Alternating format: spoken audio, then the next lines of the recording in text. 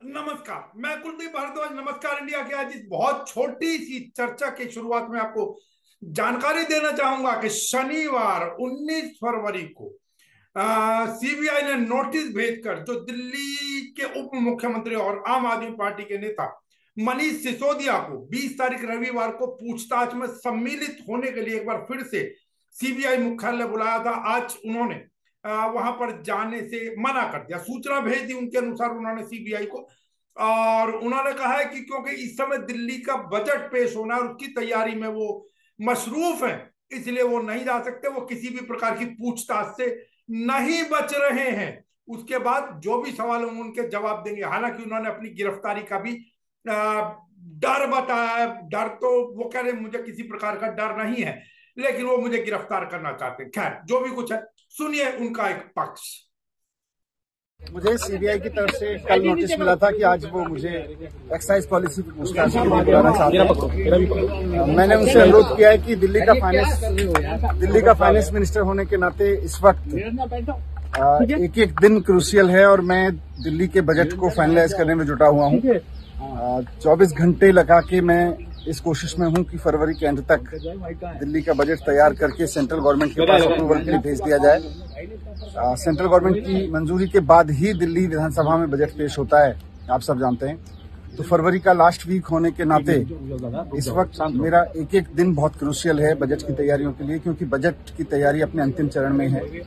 तो मैंने उनसे रिक्वेस्ट किया है कि एक बार मैं बजट फाइनल कर लूं और फरवरी के एंड तक ये पूरा हो जाएगा।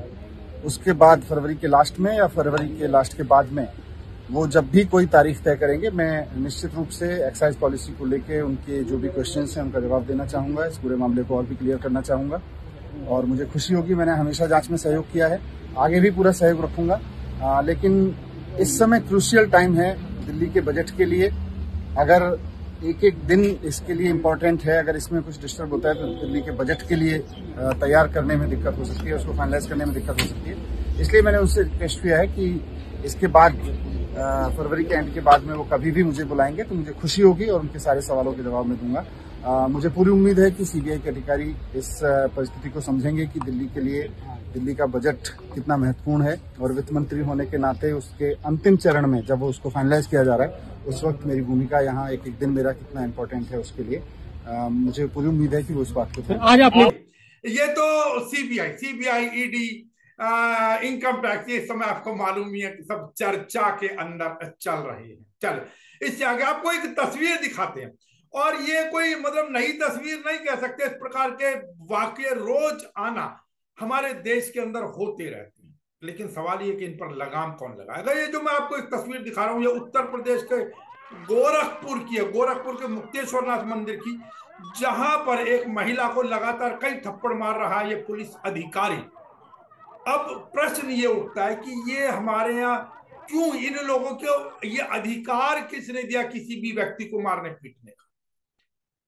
इनका हौसला कैसे बढ़ा होता है? उसका कारण शायद ये है कि कोई भी पालिका, कोई सी भी पालिका, अब सीधी सी बात है और सबको मालूम होता है कि पुलिस वालों का व्यवहार किस प्रकार का होता है, बावजूद उसके इनके विरुद्ध किसी प्रकार का कोई एक्शन नहीं लिया जाता, कोई कार्रवाई नहीं की जाती, सब ये मसले दब जाते हैं। और ये कोई नई चीज नहीं है, फिर कह दो, आपको भी मालूम है कि रोजाना यहाँ आपको हिंदुस्तान के अंदर इस प्रकार की घटनाएं आपको देखने को मिलेंगी। पुलिस वालों का उत्साह बढ़ा रहता है कहीं ना कहीं इन चीजों को लेकर, और यदि कई ढंग से एक बार इनके विरुद्ध कोई सी भी पालिका यदि एक्शन ले ले तो शायद वो इस प्रकार का दुस्साहस ना कर पाए किसी के ऊपर बेवजह हाथ उठाने का। सवाल ये उठता कि इनको हाथ उठाने का या मार पिटाई का अधिकार किसने दिया?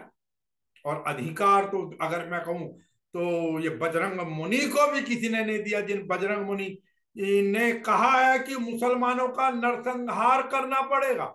एक बार फिर से विवादित बयान। ये आजकल कुछ छद्म हिंदूवादी नेता जो है ना, ये हिंदुस्तान को, हिंदुओं को, हिंदू धर्म को और सनातन को बदनाम करने में लगे हुए इस प्रकार के लोग। हम सीधे से बात कहते हैं कि नमस्कार इंडिया इनके बयान से बिल्कुल भी सहमति नहीं रखता, बल्कि हम इसका विरोध करते हैं। ये जो कह रहे हैं कि मुसलमानों का नरसंहार करना पड़ेगा, और जब तक मुसलमानों का नरसंहार नहीं होगा भारत हिंदू राष्ट्र नहीं बन पाएगा। तो भैया ऐसा है, बजरंग मुनि साहब हमें माफ करें, अगर किसी का नरसंहार करके हिंदू राष्ट्र बनता है तो कम से कम हमें ऐसा राष्ट्र नहीं चाहिए। हम ऐसे राष्ट्र की कल्पना भी नहीं करते हैं जहां पर नरसंहार हो। सुनाना तो नहीं चाहते इस प्रकार की बदतमीजी वाली भाषा, लेकिन फिर भी देख लीजिए। भारत हिंदू राष्ट्र है, लेकिन मुसलमानों के द्वारा हिंदुओं का नरसंहार करके या हिंदुओं के ऊपर आतंक फैला के हिंदू राष्ट्र में जो है चक्रव्यूह को भेदा गया है। पूर्णतया हिंदू राष्ट्र बनाने के लिए वही हिंदुओं को प्रक्रिया अपनानी पड़ेगी और मुसलमानों का नरसंहार करना पड़ेगा। जब तक मुसलमानों का नरसंहार नहीं होगा तब तक भारत पूर्णतया हिंदू राष्ट्र नहीं बन पाएगा।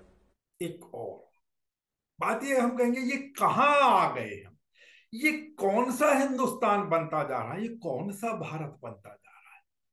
क्या हिंदू राष्ट्र की कल्पना के अंदर, अच्छी बात है चलिए अगर आप हिंदू राष्ट्र बनाए, हम तो कहें सनातन राष्ट्र बनाइए ना, हिंदू क्या होता है, लेकिन चलिए इस प्रकार नरसंहार कर जाएंगे। और अब आगे आपको मालूम है, अभी पीछे जो चर्चा में रहा, जो 2 युवकों को तथा कथित गौरक्षकों, मैं तथा कथित कह रहा हूं, बल्कि अब तो उनके ऊपर हत्यारे वाली मोहर लग गई है। बात यह कि कानून जब सजा दे तब की बात है, कहते हैं कि अभी तो आरोपी है, पर चलिए जो भी है। जो उन्होंने तथाकथित गौ रक्षकों ने 2 लोगों को, 2 मुस्लिम युवकों को जिंदा जला दिया था, ऐसा आरोप लगाया जा रहा है। हालांकि अब अनेक को लोग दिखा रहे हैं, कोई चैनल दिखा रहा है कि जी उस समय तो अपने घर में था, कोई कुछ दिखा रहा है, कोई कुछ दिखा रहा है, लेकिन बावजूद उसके बात यह कि ऐसे व्यक्ति के समर्थन के अंदर वीएचपी ने, विश्व हिंदू परिषद और बजरंग दल ने रैली निकाली और नारे, जो हमसे टकराएगा चूर चूर हो जाएगा, मोनू भाई आगे बढ़ो, हम तुम्हारे साथ हैं। गौरक्षकों के सम्मान में हिंदू, हर हिंदू मैदान।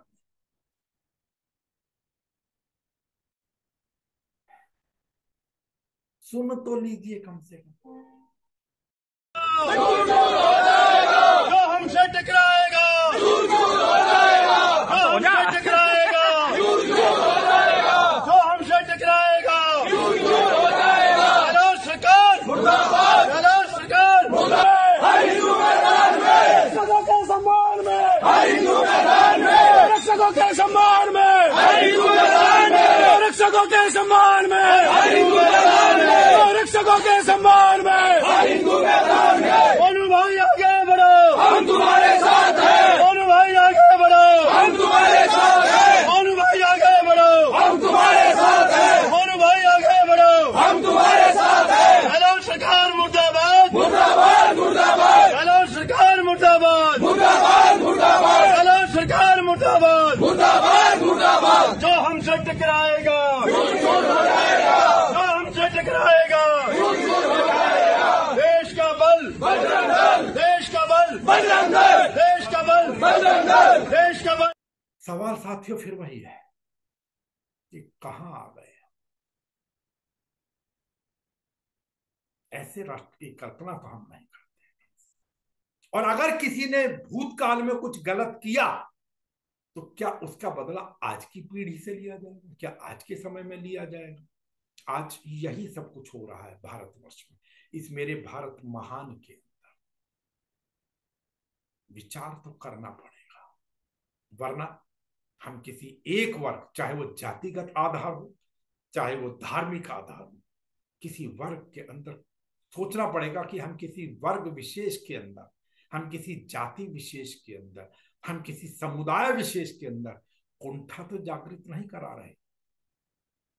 देखिए, कुंठा कभी ना कभी, कहीं ना कहीं हिंसा का रूप लेती है, और चक्र है साहब, पृथ्वी घूमती है, एक दूसरे से मिलजुल कर रहे। हमने आपसे पहले भी निवेदन किया था, ये प्यार मुझे और आपको बनाकर रखना है, इस राष्ट्र की रक्षा मुझे और आपको करनी है। इस राष्ट्र के अंदर भाईचारा सौहार्द मुझे और आपको करना है। आप अपनी पद्धति से ऊपर वाले को याद करें, मैं अपनी पद्धति से याद करूं। कहते हैं, हम कहते हैं कण कण में भगवान है, वो कहते हैं जर्रे जर्रे में खुदा है। और भाषाओं में भी इसी प्रकार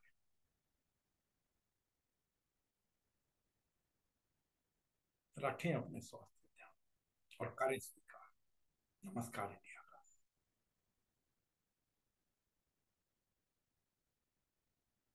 नमस्कार।